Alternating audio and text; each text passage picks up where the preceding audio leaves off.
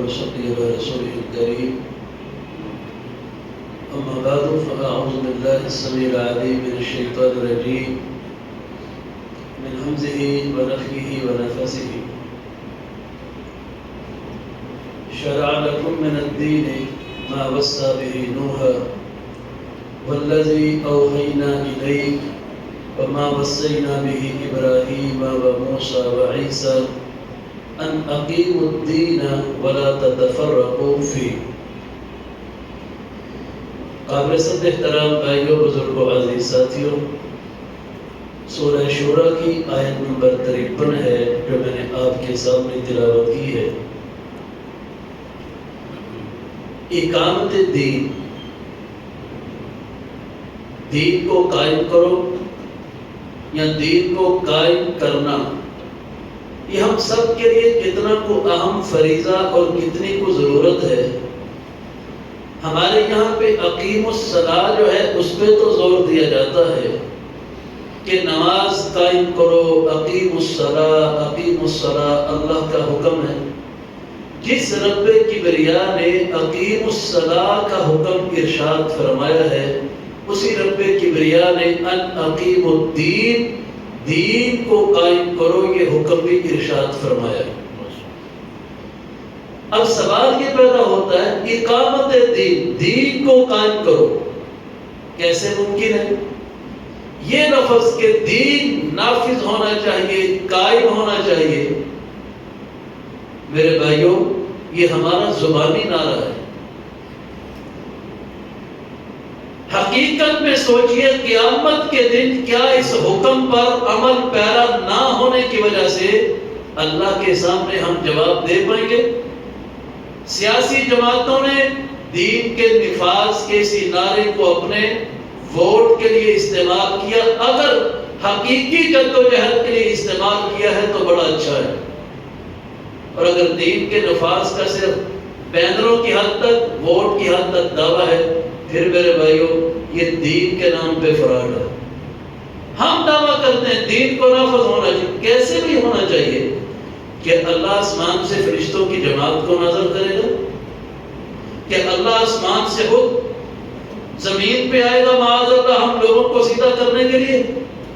دین کی اقامت کیسے ممکن ہے؟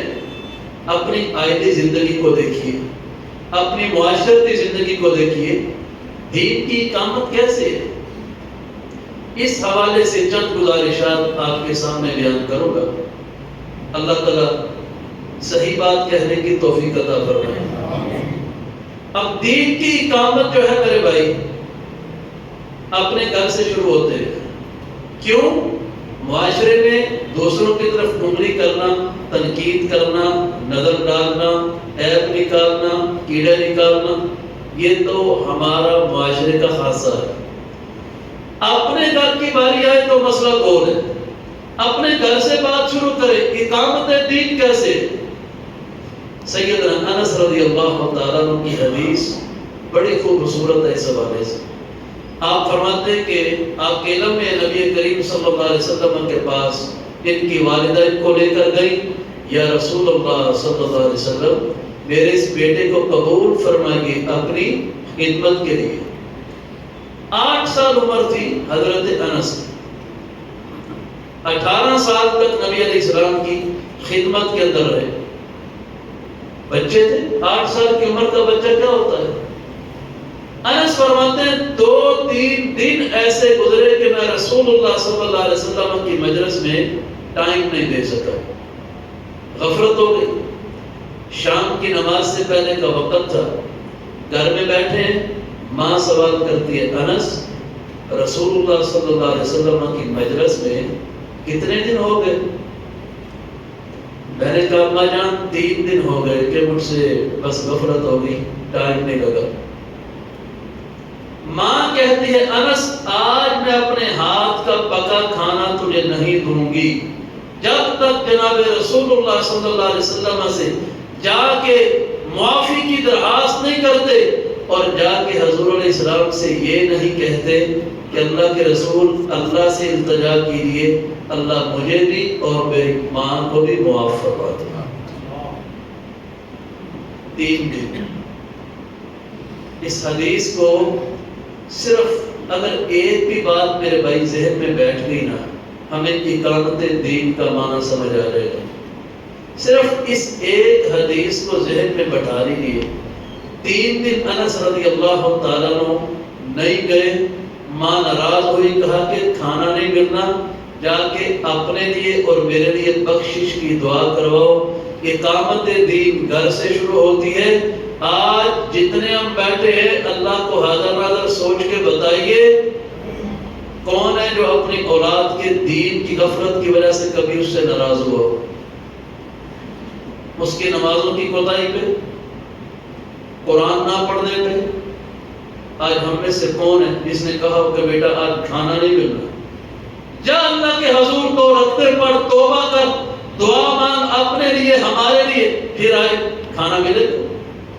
انس کہتے ہیں ماں نے کہا نہیں، جاؤ رسول اللہ صلی اللہ علیہ وسلم کے پاس۔ انس کہتے ہیں میں مغرب کی نماز نبی کریم علیہ السلام کے پیچھے پڑھی، اب ہمت نہیں، اللہ کے رسول علیہ السلام، بھئی عام نہیں کوئی ہستی، رسالت مآب صلی اللہ علیہ وسلم کے چہرے کا تو جلال ہی بڑا تھا۔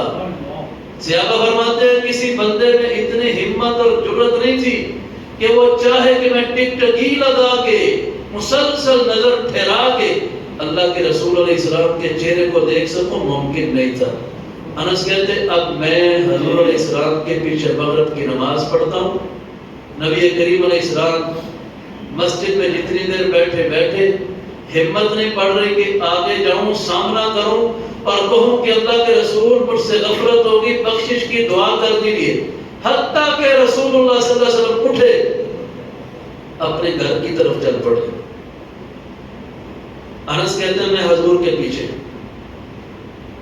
ماں نے کہا یہ دعا کروا کے آنی، ہمت بن نہیں رہی، دل دک دک کر رہا ہے، کیسے سامنے جاؤں، کیا عذر رکھوں، کیا اپنے اللہ کے رسول کے سامنے معافی نامہ کیسے رکھوں؟ اگلی بات سنانے سے پہلے صرف ایک بات عرض کرتا ہوں، 3 دن کوئی دین کے خلاف زندگی نہیں گزاری، صرف رسول اللہ کی مجلس میں صلی اللہ علیہ وسلم ٹائم نہیں دے پائے۔ یہ نہیں کہ نمازیں نہیں پڑھی، وہ پڑھی ہیں، بس اللہ کے نبی علیہ السلام کے پاس بیٹھے نہیں، تو کہتے ہیں سامنا کرنے کی ہمت نہیں۔ میرے بھائیوں، حشر کے دن ہم زندگی کی ساری کوتاہیوں کو لے کر اللہ کے رسول کا سامنا کیسے کریں گے؟ کبھی سوچا کسی بندے نے؟ میں امت ہی کہلواتا رہا، میں اپنے ہاتھ میں پکڑے دکان کے اوپر ترازو میں جس میں تولتا تھا، میں اس ترازو کی ڈنڈی سے انصاف نہیں کر سکا، اس پہ دین کے حکم کو نافذ نہیں کر سکا، میں قیامت کو اللہ کے رسول کا سامنا کیسے کروں گا؟ میں ماں پر تول میں پورا فیصلہ نہیں کر سکا، میں قیامت کو کیا چہرہ رسول اللہ کے سامنے لے کے جاؤں گا صلی اللہ علیہ وسلم؟ میں پیٹرول کا پیمانہ دکھا کے کچھ اور مقدار کچھ ڈال کے دیتا رہا تھا، میں رسول اللہ کا امتی صلی اللہ علیہ وسلم، قیامت کو اللہ کے رسول کے سامنے کیا لے کے جاؤں گا منہ؟ میں اپنے ہاتھ کے اوپر دین کا اقامت نہیں کر سکا، میں سارا دن دکان کے پھٹے پہ کھڑا ہو کے قسمیں اٹھا اٹھا کے جھوٹ بول بول کے سودا بیچتا رہا، میں اپنی اس زبان پہ بریک نہیں لگا سکا۔ نہیں، میرے نبی نے جھوٹ سے نفرت کی ہے، میں مومن ہوں، متقی ہوں، مسلمان ہوں، کلمہ گو ہوں، امتی ہوں رسول اللہ صلی اللہ علیہ وسلم، اگر میری زبان پہ جھوٹ آیا تو آیا کیسے؟ میں اپنی اتنی سی زبان پہ اپنے اللہ کے نبی کے دین اور سنت کو نافذ نہیں کر سکا۔ یہ زندگی کی ساری خطائیں لے کے قیامت کو اللہ کے رسول علیہ السلام کے سامنے کیسے چڑھیں گے؟ 3 دن غفلت انس سے، کہتے ہیں اب میں حضور علیہ السلام کے پیچھے ہوں، نبی علیہ السلام آگے، کائنات میں نبی کریم علیہ السلام سے زیادہ بصیرت والا انسان آیا ہی نہیں، نہ آ سکتا ہے۔ آپ نے بن دیکھے قدموں کی آہٹ سے اندازہ لگایا، فرماتے ہیں میرے پیچھے انس کو نے۔ انس کہتے ہیں جب نبی علیہ السلام نے نام لیا نا، میرے دل کی دھڑکنیں اور بے قابو ہو گئی۔ اب اگلا سوال آ رہا ہے 3 دن کدھر تھے؟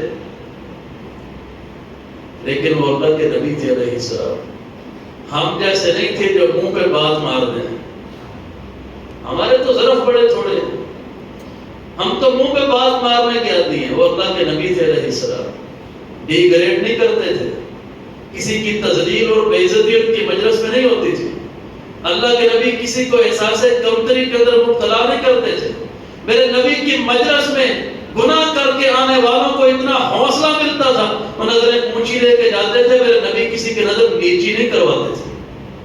یہاں معاشرہ ہے جو نظریں نیچی کروا کے، ذلیل کر کے، بے عزت کر کے، ڈی گریڈ کر کے خوش ہوتا ہے، میرے نبی کا مزاج اللہ کی قسم یہ نہیں تھا۔ پوری رسالت کی تاریخ اٹھا لیجیے، میرے نبی علیہ السلام کو پتہ بھی چل گیا کسی بندے کے بارے میں، کبھی منبر کے اوپر بڑے مجمع میں نام نہیں لیا، مخاطب نہیں کیا، بے عزت نہیں کیا، اس کے راز سے پردہ نہیں اٹھایا، اتنا ضرور کہہ دیا انداز سے، ما بال اقوام یفعلون کذا و کذا، او بھئی کیا معاملہ ہے، کچھ لوگ ایسے ایسے کیوں کرتے ہیں، کرنے والوں کو سمجھ آ جاتی کہ ہماری بات ہو رہی ہے، لیکن پردہ نہیں کبھی اٹھایا۔ یہاں بھی نبی علیہ السلام نے، انس کے دل میں خدشہ تھا یہ سوال نہ کہیں آ جائے کہ 3 دن کدھر رہے، لیکن میرے نبی علیہ السلام نے اپنی اسی اعلیٰ صفت کے مطابق یہ نہیں پوچھا۔ ہم جیسا ہوتا تو پوچھتا، ہاں بھائی ہوش آ گئی 3 دن بعد آ گئے، ٹائم مل گیا، کیسے آنا ہوا؟ نہیں، آپ نے پوچھا انس؟ جی یا رسول اللہ صلی اللہ علیہ وسلم۔ ماں نے کیا کہہ کے بھیجا تھا؟ میرے لیے اور اپنے لیے بخشش کی دعا کروانا۔ انس نے یہ ابھی کہا ہی نہیں کہ اللہ کے رسول غفلت ہو گئی، میرے اور میری ماں کے لیے بخشش کی دعا کر دیجیے۔ صرف میرے نبی نے اتنا پوچھا ہے، انس جی آپ دعا فرماتے ہیں، اے اللہ انس کو بھی معاف کر دے، اس کی ماں کو بھی معاف کر دے۔ وہ جو خلوص دل میں لے کے آئے تھے نا، وہ اللہ نے ایسا قبول کیا، بن کہے اللہ کے رسول علیہ السلام کی دعا نصیب ہو گئی۔ اقامت دین اپنے گھر سے شروع کیجیے۔ آج باپ جب سارے دن کے بعد گھر میں آئے اور وہ بیٹے سے نماز کا بھی نہ پوچھ سکے تو دین قائم کیسے ہونا بھائیو؟ ہم نے سارا کچھ چھوڑ دیا کہ شاید کوئی عمر بن عبدالعزیز جیسا ہی بندہ آئے گا، اور بھائی جب ہم اپنے گھر کے 3-4 افراد پہ دین کی بات نہیں کر سکتے، آسمانوں سے کبھی ہستیاں نہیں اتری۔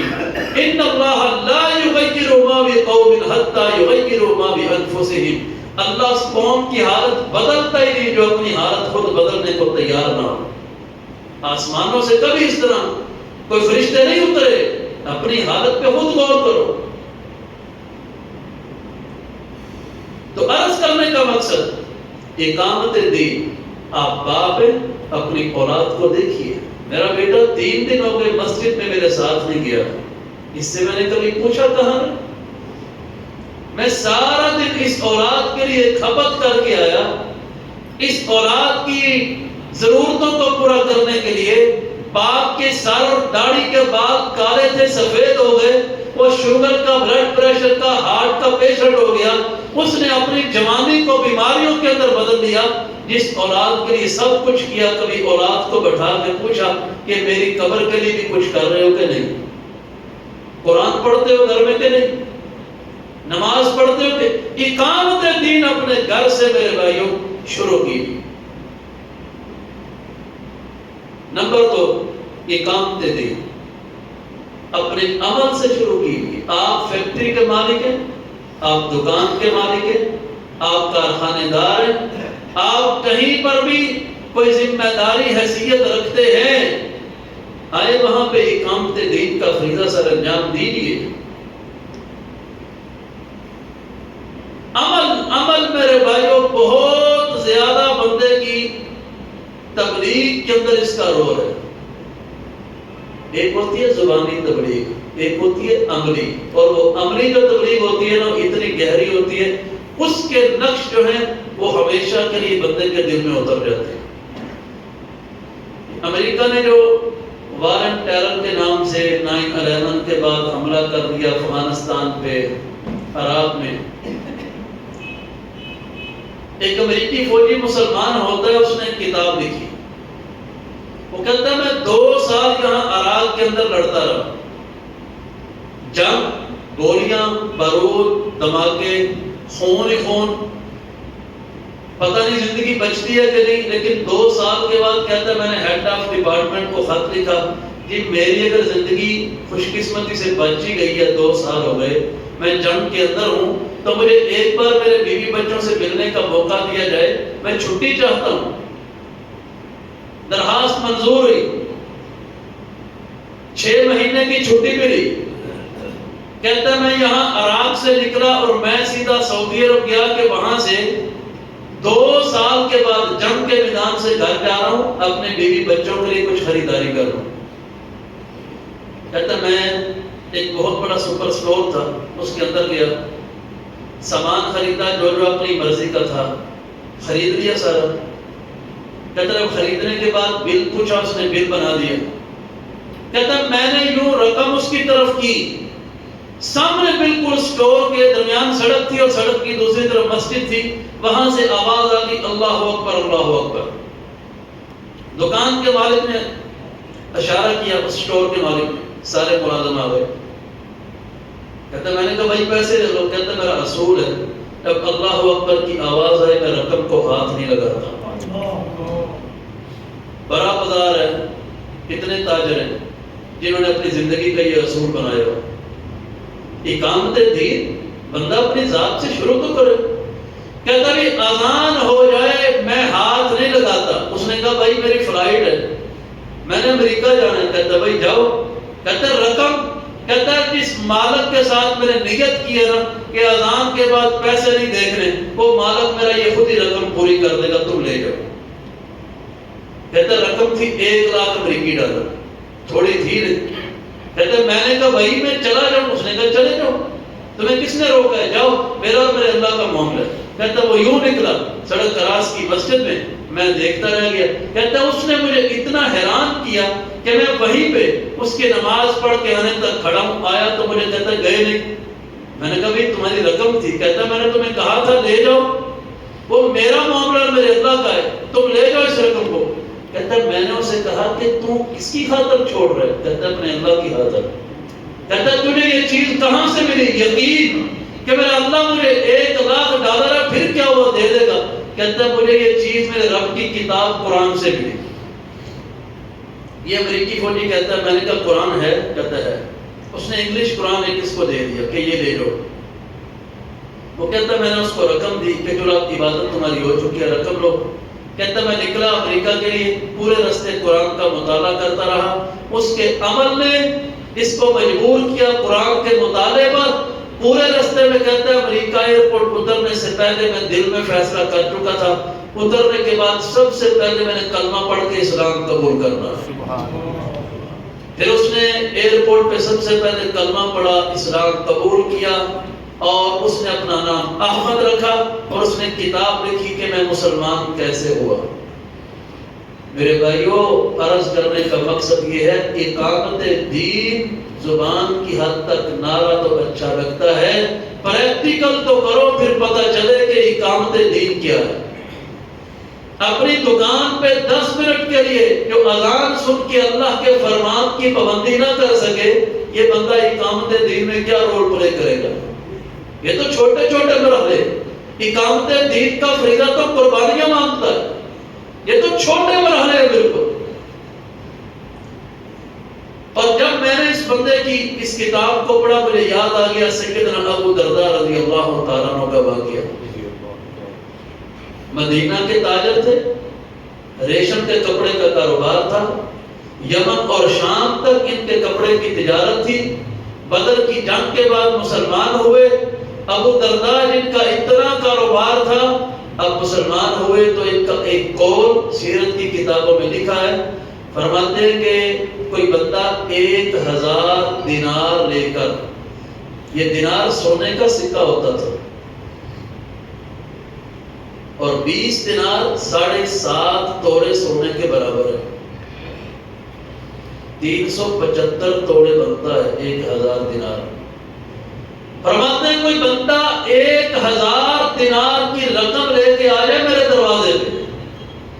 آج اتنی بڑی پارٹی کسی کے پاس چلی جائے کہ ہم کاروباری ڈیل کرنا چاہتے ہیں، لوگ اس پارٹی کو ہاتھ سے کہ یہ پارٹی نہ چھوٹ جائے، کہیں نکل نہ جائے، لوگوں کو جیسے تیسے بھی کرنا پڑا جناب، ان کو خوش کرنے کی، راضی کرنے کی کوشش کریں گے، ان کے آگے پیچھے یہ وہ، اور وہ فرماتے 1000 دینار لے کے کو آ جائے اور آ کے کہے ابو درداء یہ کپڑا ہمیں دے دو، اور ادھر سے اذان کی آواز آ جائے، میں ابو درداء 1000 دینار تو چھوڑ سکتا ہوں، اذان سن کے ایک لمحہ بھی گھر میں ٹھہرنا پسند نہیں کرتا ہوں۔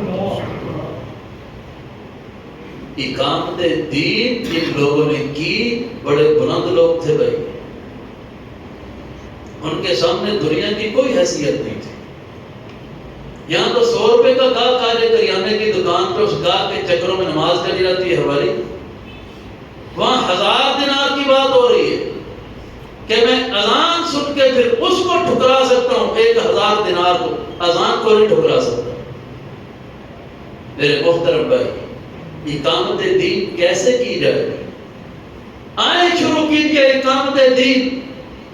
دنیا میں تجارتیں ہوتی ہیں، کاروبار میں لوگ ایک دوسرے سے شیئر کرتے ہیں معاملات، انویسٹ کی جاتا ہے جناب شراکت کے ساتھ، آدھی انویسٹمنٹ ہماری ہے آدھی تمہاری، ٹھیک ہے مل کے کاروبار کرتے، لیکن اقامت دین دیکھیے جن لوگوں نے کی۔ سیدنا عمر رضی اللہ تعالیٰ ایک صحابی کے ساتھ مل کے کاروبار کرتے ہیں، یہاں منافعوں پہ جھگڑے ہوتے ہیں، ڈیوٹی پہ بحث ہوتی ہے، اتنا ٹائم تم بیٹھو گے اتنا ٹائم میں، ایک ہفتے برائی تم کرو گے ایک ہفتے میں کروں گا، یہ تم کرو گے یہ میں کروں گا۔ وہاں نہ منافع پہ جھگڑا نہ کسی اور چیز پہ، ایک شرط حضرت عمر کہتے ہیں تمہارے میرے درمیان ایک شرط ہے، اگر تم نے میرے ساتھ کاروبار کرنا ہے۔ وہ صحابی فرماتے ہیں بتائیے؟ آپ نے کہا دکان سے کاروبار سے ایک دن تمہاری چھٹی ایک دن میری چھٹی۔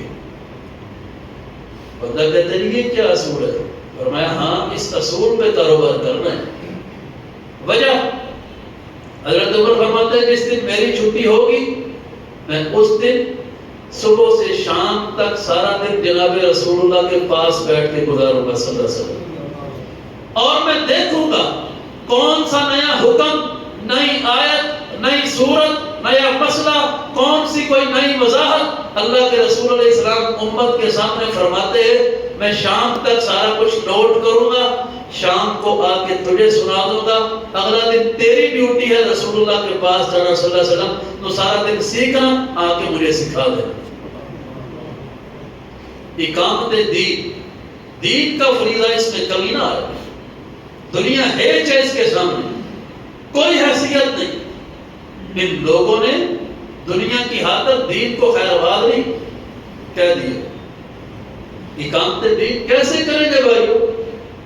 آج دعویٰ رسول اللہ کے امتی ہونے کا صلی اللہ علیہ وسلم، اور اقامت دین کیسے؟ ہماری شادی کی رسومات اپنی ہیں، ہم ان سے ہل نہیں سکتے، ہٹ نہیں سکتے، ان میں کمی نہیں کر سکتے، ہم ان سے پیچھے قدم نہیں لا سکتے۔ کیوں نہیں؟ ہم کہتے ہیں ہماری برادری کی مجبوری ہے، ہم نے بچوں کے بھی جناب دل رکھنے ہوتے ہیں، یہ بھی ہے وہ بھی ہے، پرسنالٹی بھی ہے ہماری، ہمارا سٹیٹس ہے معاشرے میں۔ اور بھائی اقامت دین کیسے؟ اگر رسول اللہ کی بیٹی صلی اللہ علیہ وسلم بغیر بارات کے جا سکتی ہے، تمہاری بیٹی کا نکاح مسجد میں کیوں نہیں ہو سکتا ہے؟ کرو نا اقامت دین، پہل کرو کہ اللہ کے رسول کی امت میں کوئی نہیں جو نبی علیہ السلام کی سنت سے محبت کرے، کہ ہمارا دین قائم کرنے کا نعرہ صرف زبان تک بھائیو رہے گا۔ آ رہا ہے شادیوں کا سیزن شروع ہو چکا ہے، اب دیکھیں کہ ہمارے رسومات نے، ہمارے جناب اس شادیوں کے ٹرینڈ نے، اس کی الف سے یہ تک کوئی چیز سنت سے میچ نہیں کرتی۔ دین تو یہ تلقین کرتا ہے، میں یسر علی معسر یسر اللہ علیہ فی الدنیا والآخرہ، جو تنگ دست پہ آسانی کرے، اللہ کے نبی فرماتے ہیں اللہ دنیا اور آخرت دونوں جہانوں میں اس پہ آسانیاں کرے گا۔ اور ہم نے کیا کیا کہ ہمارا بندہ جناب 300 ہی آئے گا برات والا، چاہے بیٹی کے باپ کو قرض اٹھانا پڑتا ہے اٹھائے، ہمیں تو 300 بندے کی روٹی چاہیے، ہمیں جہیز میں اس لسٹ کے مطابق ہر چیز چاہیے، چاہے بیٹی کے باپ کو اگلے 10 سال جناب کمیٹیاں ڈال کے قرض اتارنا پڑے، ہمیں اس سے غرض کوئی نہیں، ہمیں تو اتنا جہیز چاہیے۔ اقامت دین کہاں پہ؟ دین تو کہتا تھا اپنے بھائی پہ آسانی کرو، یہ ہم نے کون سی آسانی کی؟ اللہ کے رسول علیہ السلام تو فرماتے ہیں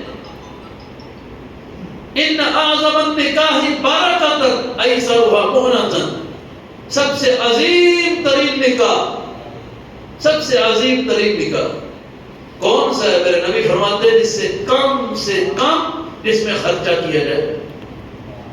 اور ہم نے کیا رسومات بنا لی،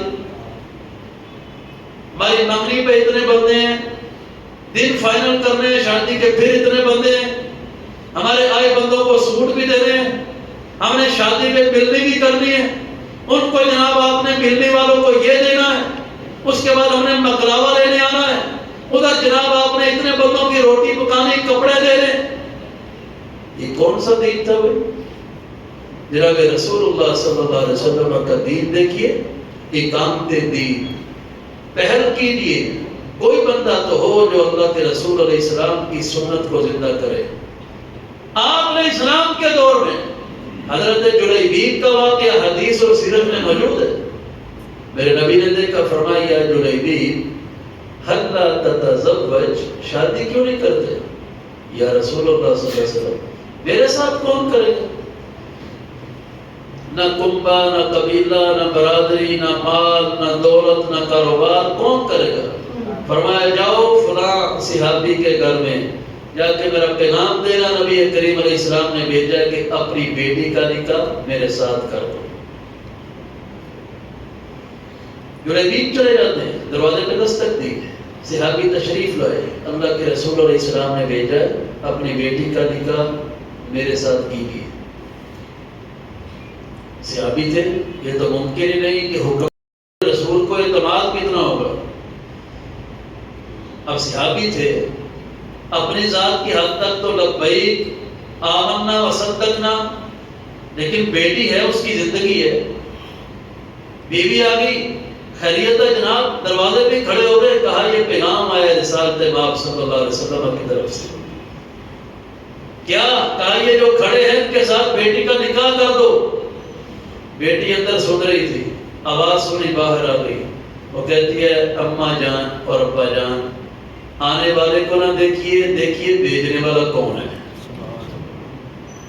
مجھے یہ رشتہ منظور ہے، نکاح کیجیے۔ اللہ کس کو؟ صحابہ فرماتے ہیں فَكَانَتْ أَكْثَرَ أَمْوَالًا وَأَوْلَادًا، پورے مدینے میں یہ میرے نبی کے مشورے پہ عمل کیا، یہ ہے دین، سن کے مان لینا، عمل کیا۔ اللہ نے پورے مدینے میں اتنی برکت والی اولاد اور مال کسی کو نہیں دیا تھا جتنا اس خاتون کو عطا کیا تھا۔ پھر دنیا نے وہ منظر بھی دیکھا، یہی جلیبیب احد کی جنگ میں شہید ہوتے ہیں۔ آج لوگ جنازے پڑھانے کے لیے ڈھونڈتے ہیں، غسل دینے کے لیے بندے ڈھونڈے جاتے ہیں۔ جلیبیب کی میت پڑی ہے، صحابہ فرماتے ہیں باقی شہداء کو ہم نے دفن کیا، جلیبیب کی باری آئی، رسالت مآب صلی اللہ علیہ وسلم آگے بڑھے، فرماتے ہیں میرے صحابہ پیچھے ہٹ جاؤ، پیچھے ہٹے۔ یہ جلیبیب وہی تھا جو کہتا اللہ کے رسول میرا کون سا یہاں پہ کوئی کنبہ ہے، کوئی قبیلہ ہے، کوئی برادری ہے، میں تو تنے تنہا آپ کے کلمے کو پڑھ کے یہاں آ گیا ہوں۔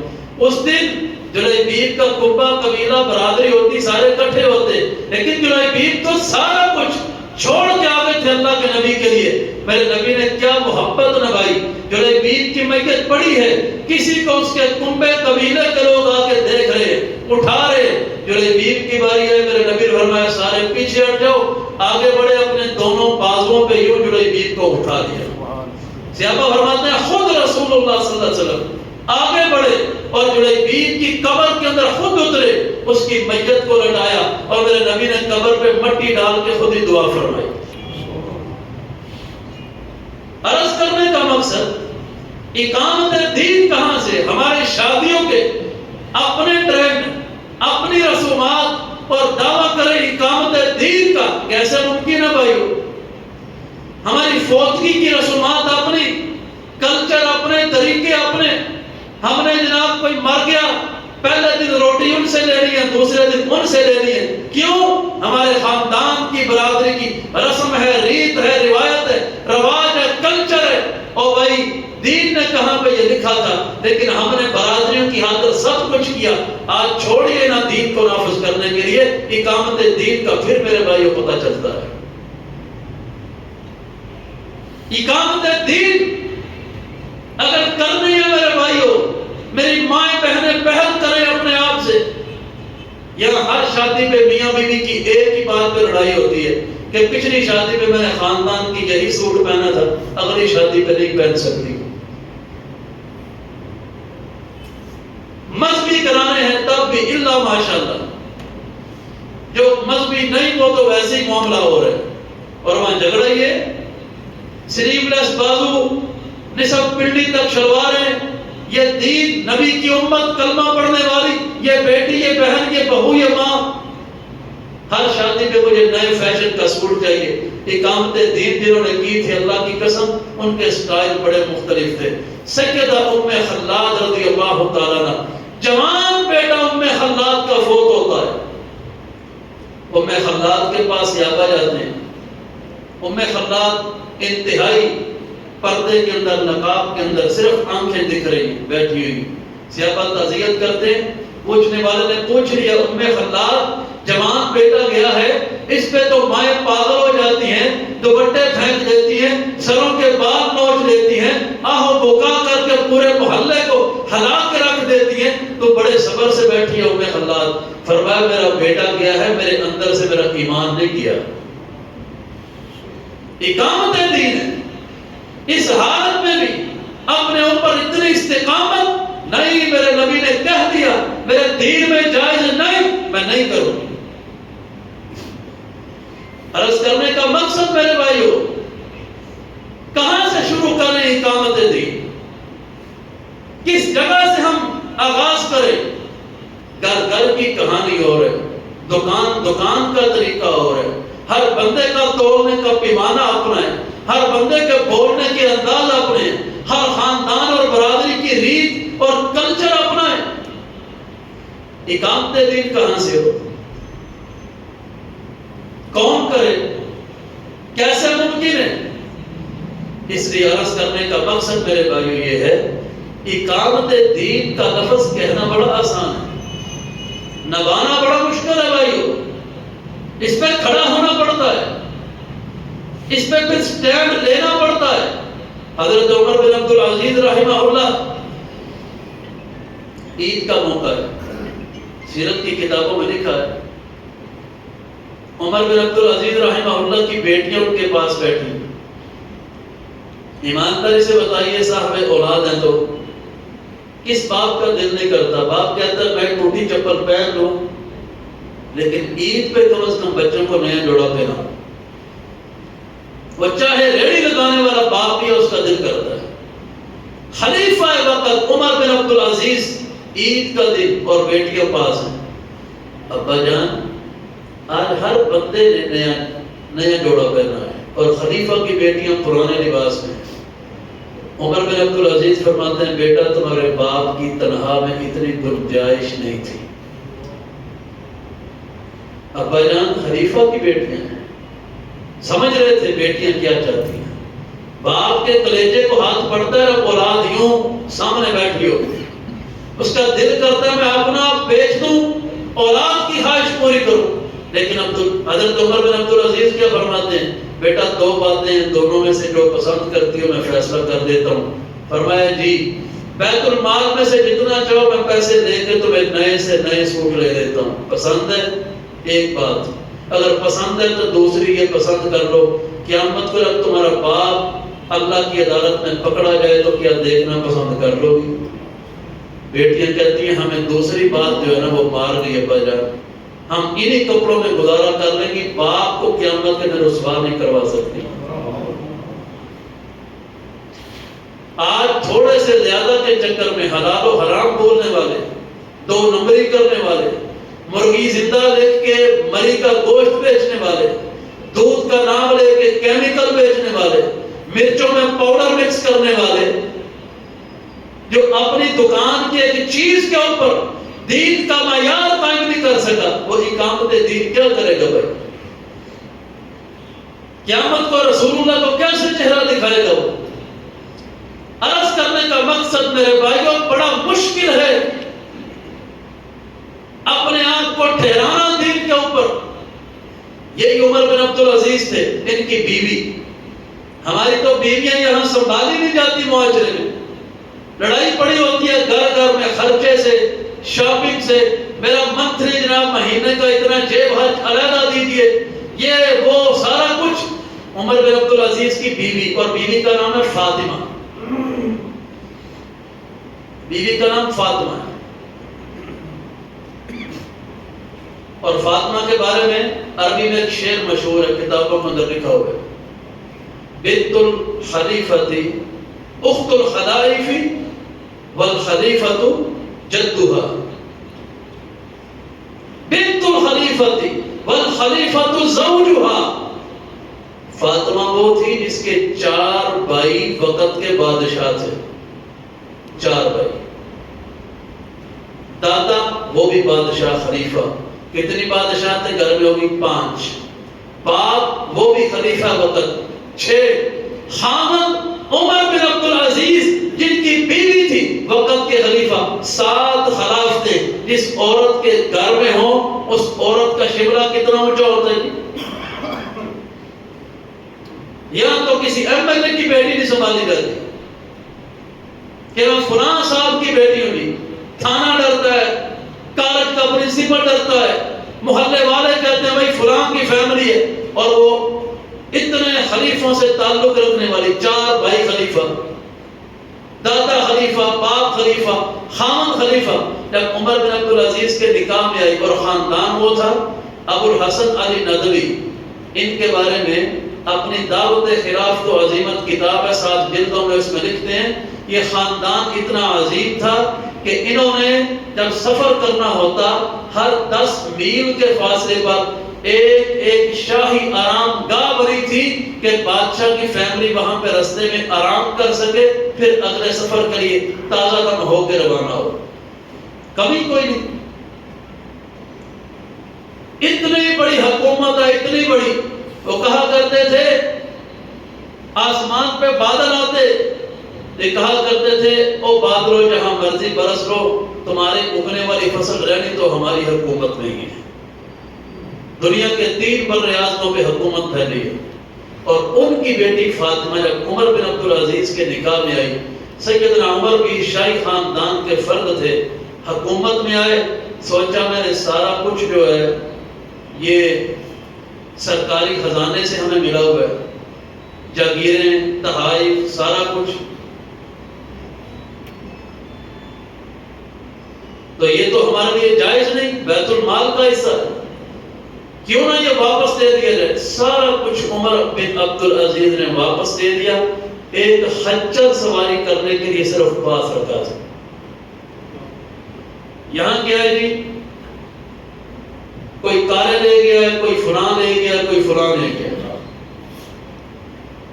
وہاں سارا کچھ واپس، ایک خچر پاس۔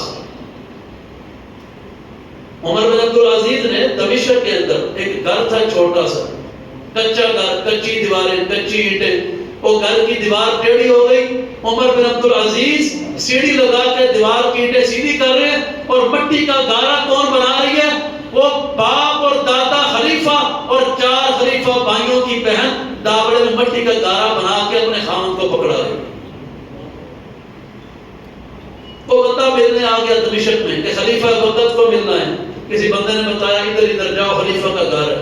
وہاں پہنچا، عمر بن عبدالعزیز سیڑھی پہ، بیوی نیچے دوپٹہ لیا ہوا، وہ جناب مٹی کا گارا بنا رہی ہے۔ اس نے کہا بہن یہاں پہ خلیفہ وقت عمر بن عبدالعزیز ہیں، ان سے ملنا ہے۔ عمر بن عبدالعزیز سیڑھی سے اترے، فرماتے ہیں میں یوں کرو بات، یہ خلیفہ وقت اتنی بڑی اسٹیٹ کا مالک۔ حیران کن بات، اقامت دین، اپنی ذات کو ایک اللہ کے دین کے دائرے میں پابند کرنا آسان کام نہیں۔ ذرا سے 2 نوٹ کی اوقات بدل جاتی ہے، آنکھیں یہاں سے یہاں آ جاتی ہے، بولنے کا سٹیٹس چینج ہو جاتا ہے، ملنے گلنے کی مجلسیں بدل جاتی ہیں، جن سے پہلے بیٹھتا تھا بیٹھنا پسند نہیں کرتا، کیوں یہ امیر ہو گیا وہ بھی وہی تک ہے، یہ سکے بھائی کو پہچاننا پسند نہیں کرتا کیوں اس کا سٹیٹس اونچا ہے۔ اور وہاں پہ عمر بن عبد العزیز رحمہ اللہ کا انتقال ہو جاتا ہے، انتقال ہو گیا، چاروں بھائی اپنی بہن فاطمہ کے پاس آئے، آگے کہتے ہیں فاطمہ ایک گزارش ہے کہیے، کہا اتنے محلات میں نیز و نام میں پلید ہوں، تجھے کون سی کمی ہے، آجا واپس ہمارے محل میں۔ یہاں جو چیزیں عمر بن عبد العزیز نے شاہی خزانے کو واپس کی ہم تجھے لوٹا دیتے ہیں، ان محلات کی زندگی کو اختیار کر لے، قربان جائیں، آج پوری زندگی بنتی نہیں اور وہاں زندگی بھی گزر کی، خامد فوت بھی ہو گئے، اور بھائی آ کے کہہ رہے ہیں ان نعمتوں کو واپس لے لے۔ فاطمہ کہتی ہے میں نے زندگی میں کبھی خامد کی نافرمانی نہیں کی، مرنے کے بعد کیسے کر سکتی ہوں، یہی میرا خامد مجھے چھوڑ کے گیا تھا، میرا جنازہ یہیں سے نکلے گا۔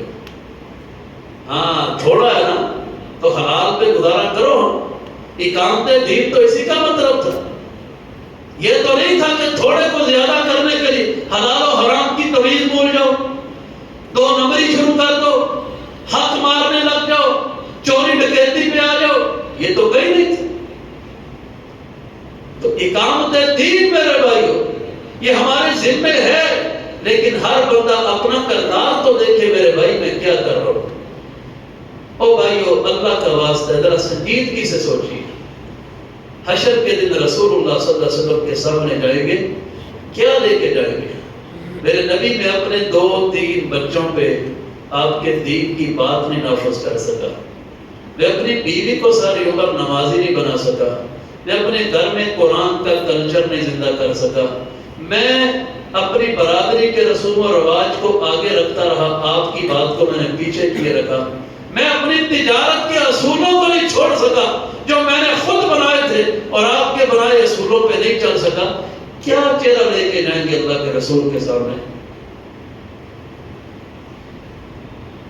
کچھ چھوڑا ہی نہیں، نہ اللہ کی خاطر کچھ قربان کیا، کوئی برادری قربان کی، کوئی رسم و رواج چھوڑا، کچھ بھی تو نہیں کیا، کیا چہرہ لے کے جائیں؟ تو عرض کرنے کا مقصد میرے بھائیوں ان چیزوں کو جو ہے نا یہ سوچیے، اور یہی مختصر پیغام ہے جو میں آپ بھائیوں کے سامنے آج کی مجلس میں گوش گزار کرنے آیا تھا۔ اقامت دین صرف حکومت کا کام نہیں، اقامت دین میری اور آپ کی ذمہ داری ہے، جتنا دائرہ ہے اس دائرے سے آغاز کیجئے۔ آپ دکان پہ ہیں، 2 بندے آپ کے اندر ملازم ہیں، ان ملازموں کو نمازی بنا لیجئے۔ آپ کارخانے دار ہیں، اپنے کارخانے میں نماز کا، تبلیغ کا، درس کا، روزانہ ایک آیت کے ترجمے کا آغاز کیجئے۔ آپ اگر گھر کے سربراہ ہیں، اپنے گھر میں روزانہ دین کی بات کا آغاز کیجئے۔ یہ اقامت دین ہے۔ اپنی دکان پہ تجارت کے اصول بدلیے، جھوٹ چھوڑیے، 2 نمبری چھوڑیے، یہ اقامت دین ہے۔ ان شادیوں کے رسومات کو بدلیے، یہ اقامت دین ہے، ورنہ خالی نعرے ہیں میرے بھائی، وہ محض جذباتی نعرے تو ہیں، ایموشنل بلیک میل تو ہم کر سکتے ہیں عوام کو اقامت دین کا نعرہ لگا کے، لیکن جب تک ہوگا نہیں اللہ کے یہاں ہم سرخرو نہیں ہیں۔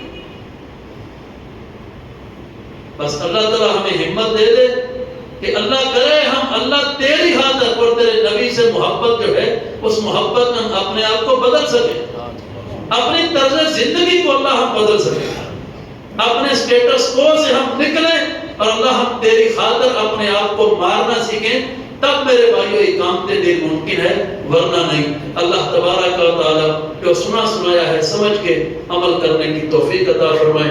آخر دعوانا ان الحمدللہ رب العالمین۔